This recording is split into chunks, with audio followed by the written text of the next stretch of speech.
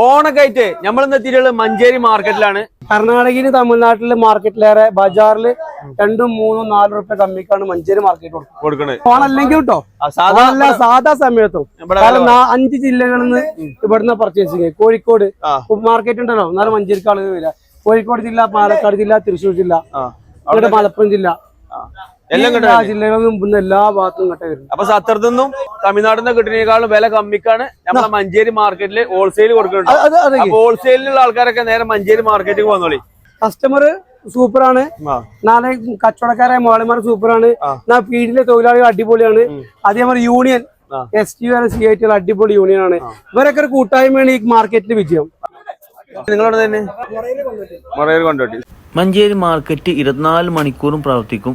പക്ഷെ 1 മണിയാകുമ്പോഴാണ് ഫുൾ സജീവമാകുക. പിന്നെ രാവിലെ 7 മണി വരെ ഉണ്ടാവും. പിന്നെ അത് കഴിഞ്ഞാൽ ചെറുവണ്ടികളുടെ തിരക്കാണ്.